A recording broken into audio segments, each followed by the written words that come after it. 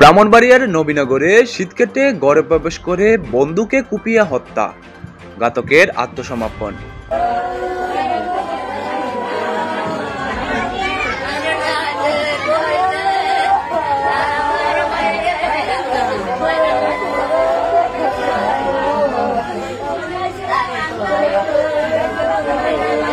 গেল বৃহস্পতিবার 16 অক্টোবর মধ্যরাতে উপজেলার বিটগড় ইউনিয়নের মহেশপুর গ্রামে এ ঘটনাটি ঘটে।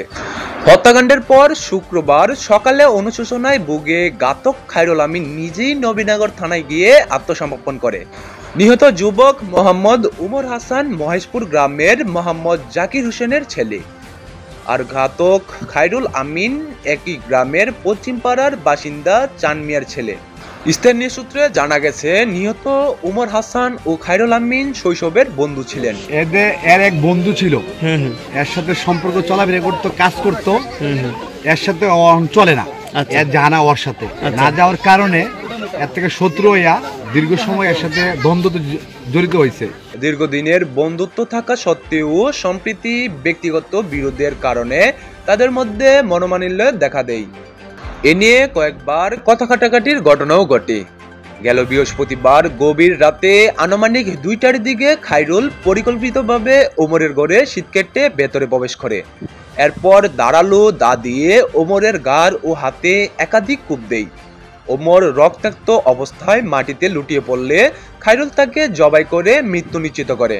এ সময় নিহতের মা রাহেলা বেগম শব্দ শুনে ছেলের ঘরে ছুটে যায়। গেলে খায়রুল তাকেও দা দিয়ে কুপ মেরে আহত করে পালিয়ে যায়।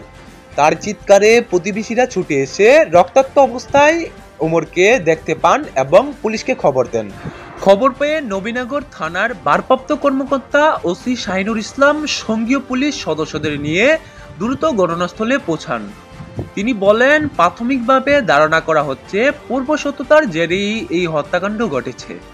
ঘটনাস্থল থেকে হত্যায় ব্যবহৃত ধারালো দা উদ্ধার করা হয়েছে।